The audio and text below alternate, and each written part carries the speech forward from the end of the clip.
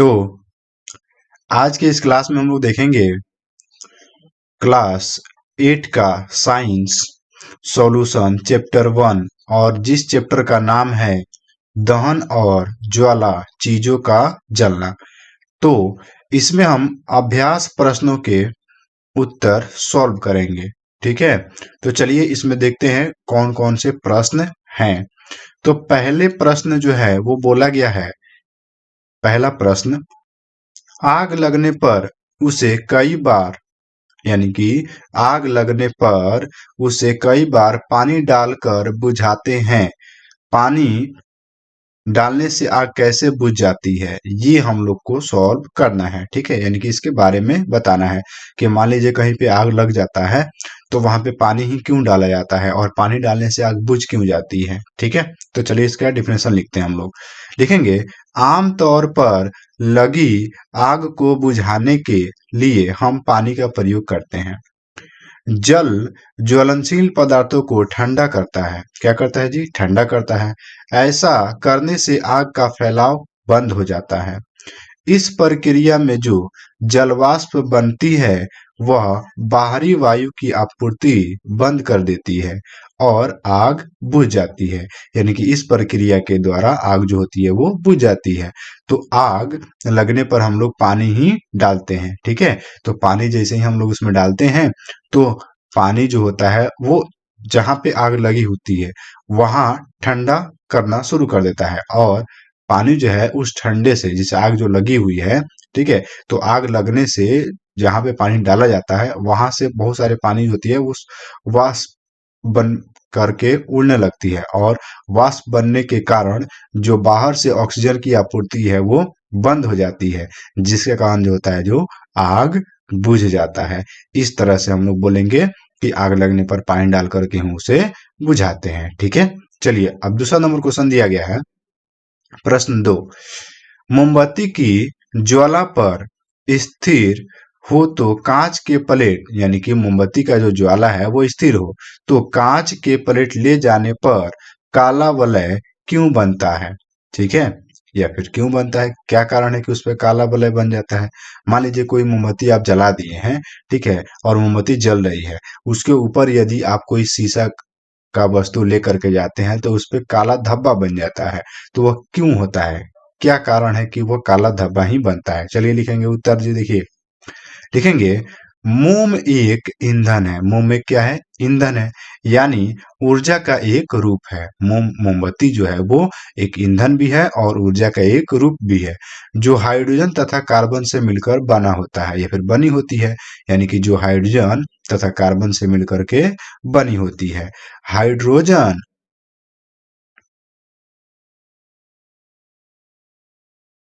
Hydrogen सुनहली ज्वाला के साथ hydrogen जो होता है वो सुनहली ज्वाला के साथ जो सुनहली ज्वाला जो बन रहा है, मोमबत्ती में यदि आग लगा दीजिएगा तो जो ज्वाला बनेगा के साथ जल करके जलवाष्प बनाता है। जो मोमबत्ती जो है वह जल करके जलवाष्प बनाती है। यह कार्बन को भी जलाता है, यानी कि मोमबत्ती के अंदर जो कार्बन पाया जाता है उसको भी क्या करता है? जलाता है। और दोनों ज्वाला के साथ जलते हैं, यानी कि दोनों के कारण, दोनों जब जलते हैं तो उसमें से ज्वाला भी निकलता है। लौ के इस दूसरे हिस्से में मोम के जलने से बना कार्बन मौजूद होता है। ठीक है, जैसे ही मोम जलेगा तो कार्बन भी जलेगा और उसमें कार्बन पहले से तो उपस्थित है ही। ठीक है, जिसके कारण कांच के प्लेट ले जाने पर काला वलय बनता है। तब जाकर के जब कार्बन उसमें मौजूद है और जलाएगा तो कार्बन भी तो बाहर निकलेगा और उसके बाद यदि कांच के प्लेट उसके सामने ले जाएंगे या फिर उसके ऊपर ले जाएंगे तो उसमें काला वलय बनना शुरू हो जाता है। ठीक है, चलिए अब बढ़ते हैं हम लोग 3 नंबर प्रश्न की ओर।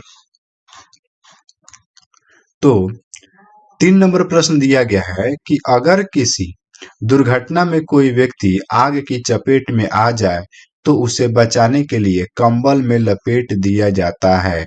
ऐसा क्यों किया जाता है? देखिए, अगर कोई व्यक्ति आग की चपेट में आ गया है ना तो उसको कंबल में यदि आप लपेट दीजिएगा तो ऑक्सीजन से संपर्क उसका टूट जाता है, जिसके कारण से वो व्यक्ति बच जाते हैं। ठीक है, तो चलिए इसका लिखेंगे हम लोग डिफिनेशन। लिखेंगे, कोई व्यक्ति आग की चपेट में आ जाए तो उसे बचाने के लिए कंबल में लपेट दिया जाता है, साधारणतः ज,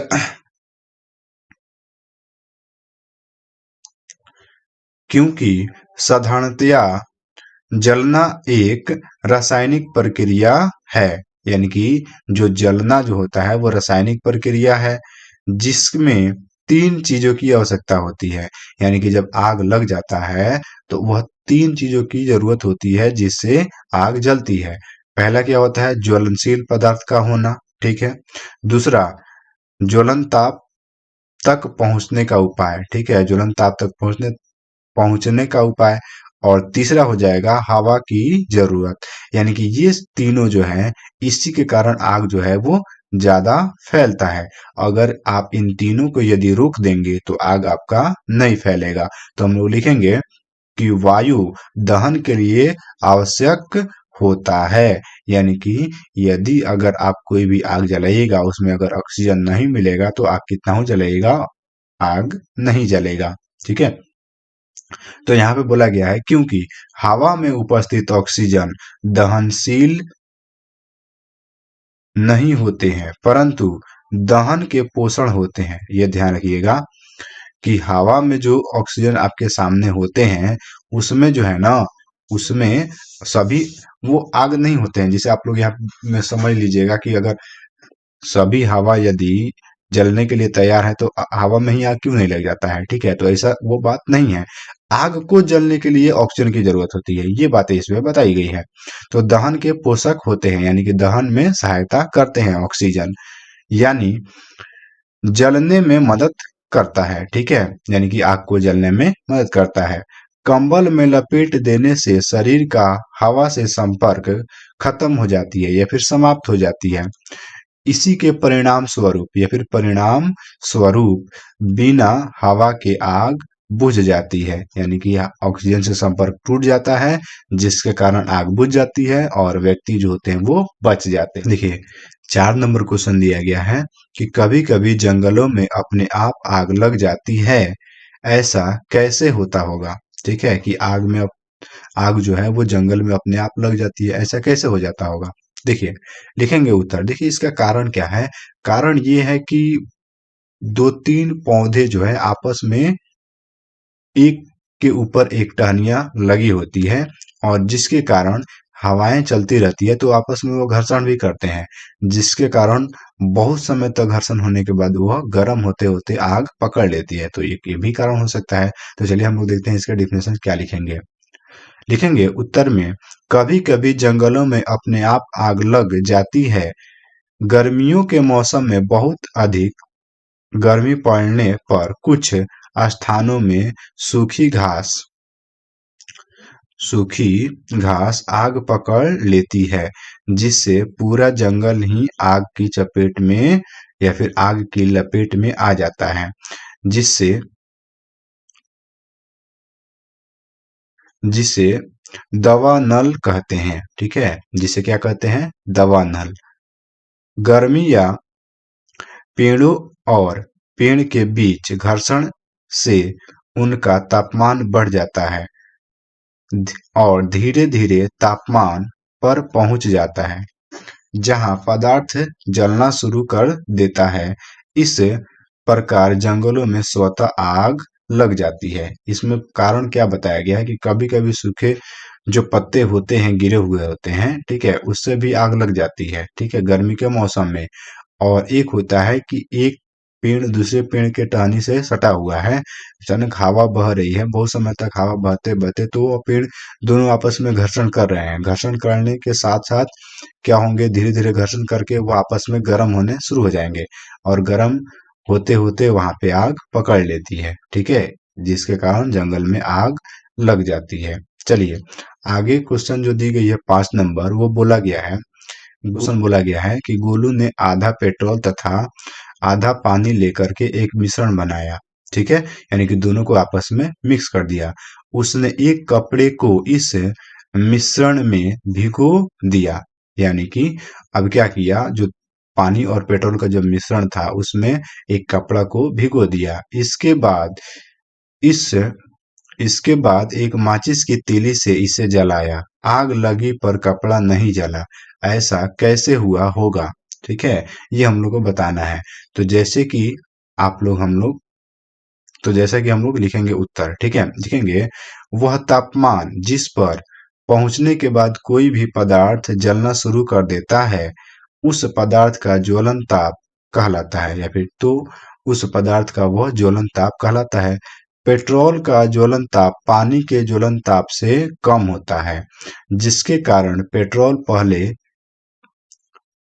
आग पकड़ लेता है और पानी से भीगे तौलिया ज्वलन ताप तक नहीं पहुंच पाते हैं, जिसके कारण वह जलने से बच जाता है। ठीक है, जैसे मान लीजिए कि पानी की मात्रा जो होती है ना, वो पेट्रोल की मात्रा से बहुत अधिक ज्वलनशील होती है। ठीक है, यानी कि बहुत अधिक तक उसको गर्म कीजिएगा तब वो जलेगी, लेकिन पेट्रोल जो होता है ना, वो बहुत जल्दी ही जलनी शुरू हो जाती है। ठीक है, यही कारण है कि अगर आप उन दोनों को मिश्रण कराते हैं और एक वस्तु या फिर कपड़े में भिगो देते हैं और उसमें माचिस की तीली से आग लगाइएगा, तो कपड़ा आपका बच जाएगा और पेट्रोल जल जाएगा।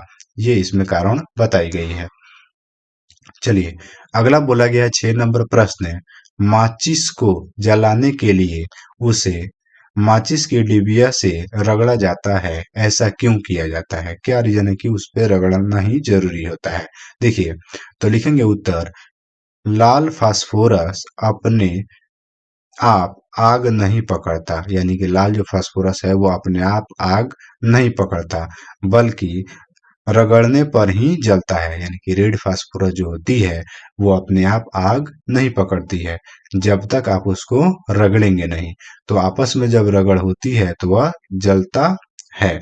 ठीक है, या फिर आग पकड़ लेती है। तो वही बात यहाँ पे लिखा गया है कि लाल फास्फोरस अपने आप आग नहीं पकड़ता, बल्कि रगड़ने पर ही जलता है। अपने घरों में जो माचिस की डिबिया आप देखते हैं, उसमें तीलियों पर लगा रसायन पोटेशियम क्लोरेट होता है। यानी कि जो आपके तीलियां होती है, माचिस के अंदर की तीलियां होती है, उसमें रसायन पोटेशियम क्लोरेट होता है। डिब्बी पर लाल फास्फोरस होता है, यानी कि जो डिब्बा होता है, माचिस का जो डिब्बा होता है, उस पर लाल फास्फोरस और सल्फर लगा होता है। ठीक है, माचिस की तीलियां डिब्बी पर रगड़ने से आसानी से जल उठती है, और जैसे ही इन दोनों को आपस में रगड़ में लाई जाती है, तो वह माचिस की जो तीलियां हैं वो जल उठती है या फिर जल जाती है। यहाँ तक। अब बढ़ते हम लोग 7 नंबर प्रश्न पे। तो 7 नंबर प्रश्न दिया गया है, ज्वाला के 3 क्षेत्र दिखाइए। यानी कि ज्वाला का 3 क्षेत्र हम लोग को दिखाना है। तो हम लोग एक मोमबत्ती ले लेंगे, उसी पे इसको हम लोग दिखाएंगे। तो लिखेंगे उत्तर, मोमबत्ती की ज्वाला के 3 क्षेत्र होते हैं। जैसे मान लीजिए एक मोमबत्ती आपके सामने है कुछ इस टाइप से। ठीक है, ये आपकी हो गई मोमबत्ती। यहाँ पे जो है ना, मोमबत्ती में आप आग लगा दिए हैं, कुछ इस टाइप से मोमबत्ती आपका जल रहा है। ठीक है, इस टाइप से आपका मोमबत्ती जो है वो जल रही है। ठीक है, अब जो ये वाला जो भाग होगा, यहाँ पे ये वाला जो भाग होगा, ये वाला भाग कहलाएगा बाहरी भाग, और जो यहाँ अंदर वाला जो भाग होंगे ये कहलाएंगे मध्य भाग, और जो नीचे वाले भाग होंगे ये कहलाएंगे आंतरिक भाग, यानी कि अंदर की भाग। वही बातें यहाँ पे बताई गई है कि एक मोमबत्ती है, उसको जलाया गया है, और जलने के बाद जो सबसे ऊपर वाले जो भाग हैं उसको हम कहते हैं बाहरी भाग, और जो सबसे बीच वाले जो भाग हैं उसको कहते हैं मध्य भाग, और जो सबसे नीचे वाले भाग होते हैं उसको हम कहते हैं आंतरिक भाग। ठीक है, चलिए आगे बढ़ते हैं जी। तो बाहरी भाग नीला तथा अदीप्त होता है। ठीक है, यानी कि बाहरी भाग नीला तथा अदीप्त होता है। यहाँ पूर्ण दहन होता है, क्योंकि यहाँ ऑक्सीजन ज्यादा उपलब्ध होते हैं। यह सबसे गर्म होता है, यानी कि जो बाहरी जो होता है, बाहर वाला जो होता है, यहाँ पे ये सबसे अधिक गर्म होता है, और यहाँ पे ऑक्सीजन की मात्रा अधिक होती है। ठीक है, चलिए, और यह सबसे ज्यादा गर्म रहता है, ये सबसे बाहरी भाग। ठीक है, अब आते हैं मध्य भाग। मध्य भाग पीला, चमकीला और दीप्त क्षेत्र होते हैं। इस भाग में पूर्ण दहन नहीं होता है, क्योंकि ऑक्सीजन यहाँ भी कम मिल पाता है। अब यहाँ पे आइएगा बीच भाग में, तो यहाँ पे ऑक्सीजन कम मिल पाता है, ठीक है। तो यहाँ से जो है ना दहन बहुत थोड़ा सा कम होती है। अब बढ़ते हैं आगे, आंतरिक भाग या फिर आंतरिक क्षेत्र। आंतरिक क्षेत्र बत्ती के एकदम नजदीक होता है। यह काला रंग का होता है, क्योंकि कार्बन के कुछ कण बच जाते हैं। यह सबसे कम गर्म क्षेत्र होते हैं। यहाँ पे आप लोग देखिए है जोड़ लीजिएगा, बहुत कम क्षेत्र होते हैं, यानी कि यहाँ का जो क्षेत्र होता है वो बहुत कम गर्म रहता है, ठीक है। जो सबसे आंतरिक भाग जो होता है, जो नीचे वाला भाग, सबसे ज्यादा गर्म कौन सा रहता है जी? बाहरी भाग, यानी कि ये वाला, ठीक है। तो चलिए आगे बढ़ते हैं और देखते हैं 8 नंबर क्वेश्चन पे। चलिए 8 नंबर क्वेश्चन पे हम लोग बढ़ेंगे। तो 8 नंबर प्रश्न दिया गया है, घर में आग से होने वाली असावधानियों से बचने के लिए आप क्या क्या करते हैं? इसकी चर्चा आप अपने दोस्तों से कीजिए। तो चलिए इसका उत्तर हम लोग लिखते हैं। लिखेंगे, घरों में आग से होने वाली असावधानियों से बचने के लिए उपाय। ये जो उपाय है वो निम्न है, ठीक है। तो पहला उपाय क्या है? अति ज्वलनशील पदार्थों को सुरक्षित या आग से दूर रखना चाहिए। दूसरा उपाय क्या है? जहां तहां आग को ले जाने से बचना चाहिए, यानी कि हर जगह आग को नहीं रखना चाहिए। अगला है 3 नंबर, सिगरेट बीड़ी आदि को सुरक्षित जगह पर सेवन करने के लिए प्रेरित करना चाहिए। गर्मी के दिनों में बहुत सुबह तथा रात में खाना बनाने के लिए चूल्हा जलाने के लिए प्रेरित करना चाहिए, यानी कि गर्मी के मौसम में जल्दी और रात के समय में भी बहुत जल्दी खाना बना लेना चाहिए, ठीक है। ये बातें यहाँ पे बताया गया है। अगला है, आग को तेज हवाओं से दूर रखना चाहिए, यानी कि जो भी आग है उसको तेज हवाएं यदि आ रही है तो उससे दूर रखना चाहिए। अगला है, विस्फोटक पदार्थों को ठीक ढंग से चलाना चाहिए, यानी कि विस्फोटक जैसे बम हो गया, इन सभी को ठीक तरह से चलाना चाहिए, कहीं पे नहीं छोड़ देना चाहिए। ये हो सकता है आपका। अगला है 7 नंबर, पार्टी विवाह आदि के अवसर पर विशेष सावधानियां बरतना चाहिए। जैसे मान लीजिए, तो 9 नंबर क्वेश्चन दिया गया है, रिक्त स्थानों की पूर्ति कीजिए। और इसमें पहला नंबर क्वेश्चन कह रहा है, वह न्यूनतम तापमान जिस पर कोई पदार्थ जलना प्रारंभ करता है उस पदार्थ का डैश कहलाता है, ठीक है। तो यहाँ पे हम लोग क्या भरेंगे जी? तो यहाँ पे हम लोग भरेंगे ज्वलन ताप कहलाता है, भरेंगे ज्वलन ज्वलन ताप, ज्वलन ताप कहलाता है, ये भर लेंगे यहाँ पे।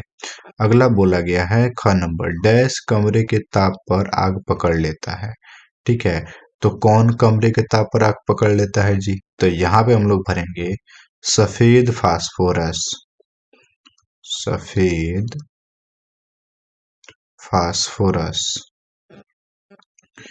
फास्फोरस। तो यहाँ पे भराएगा सफेद फास्फोरस, ठीक है। अगला देखिए ग नंबर, कह रहा है कि मोम एक हाइड्रोकार्बन है जो डैश और डैश से मिलकर बनी होती है। तो यहाँ पे हम लोग भरेंगे कार्बन, कार्बन और हाइड्रोजन,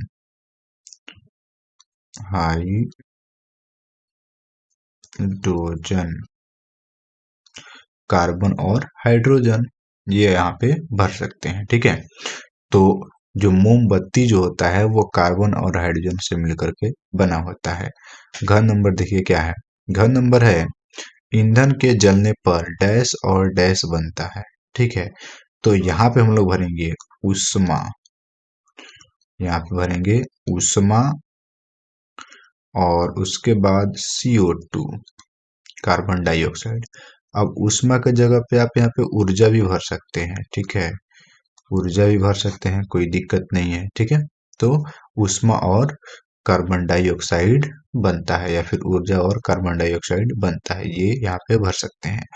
अगला है पेट्रोल का ज्वलन ताप किरोसिन के ज्वलन ताप से डैश होता है, तो यहाँ पे हम लोग भरेंगे कम होता है। क्या होता है जी? कम होता है। ठीक है, चलिए आगे बढ़ते हैं। देखिए यहाँ पे क्या बोला है, 10 नंबर क्वेश्चन दिया गया है, निम्न पर सही या गलत का निशान लगाइए। तो क नंबर क्वेश्चन कह रहा है कि कागज के कटोरा में पानी डालकर गर्म करने पर कागज जल जाता है, यानी कि कागज के कटोरा में यदि पानी डालिएगा, बना करके कागज का कटोरा यदि बना करके उसमें पानी डाल दीजिए और उसको गर्म कीजिए, तो क्या कागज जो है वो जल जाता है? नहीं जलेगा जी, तो वो ऑप्शन हो जाएगा गलत। ठीक है, ख नंबर देखिए, दहन के लिए वायु का होना आवश्यक है। दहन के लिए यानी कि आग जलने के लिए वायु का होना आवश्यक है, तो ये ऑप्शन हो जाएगा सही। हाँ, ये ऑप्शन सही है। अगला देखिए, लाल फास्फोरस कमरे के ताप पर आग पकड़ लेता है जी, तो ये ऑप्शन हो जाएगा गलत। नहीं, सफेद फास्फोरस जो होता है वो कमरे के ताप पर आग पकड़ लेता है, लाल फास्फोरस नहीं पकड़ता।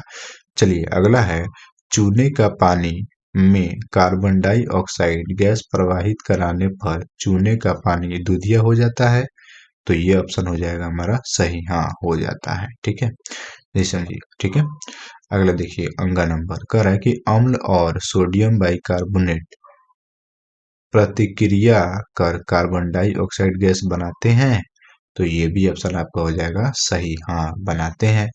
अगला देखिए, तेल द्वारा उत्पन्न आग को जल द्वारा नियंत्रित किया जा सकता है, यानी कि तेल से यदि आग लग जाए, ठीक है, तो क्या उसको पानी डाल करके बुझाया जा सकता है? तो ऑप्शन ये हो जाएगा गलत। तो इस तरह से आप इन सभी क्वेश्चन को सॉल्व कर सकते हैं।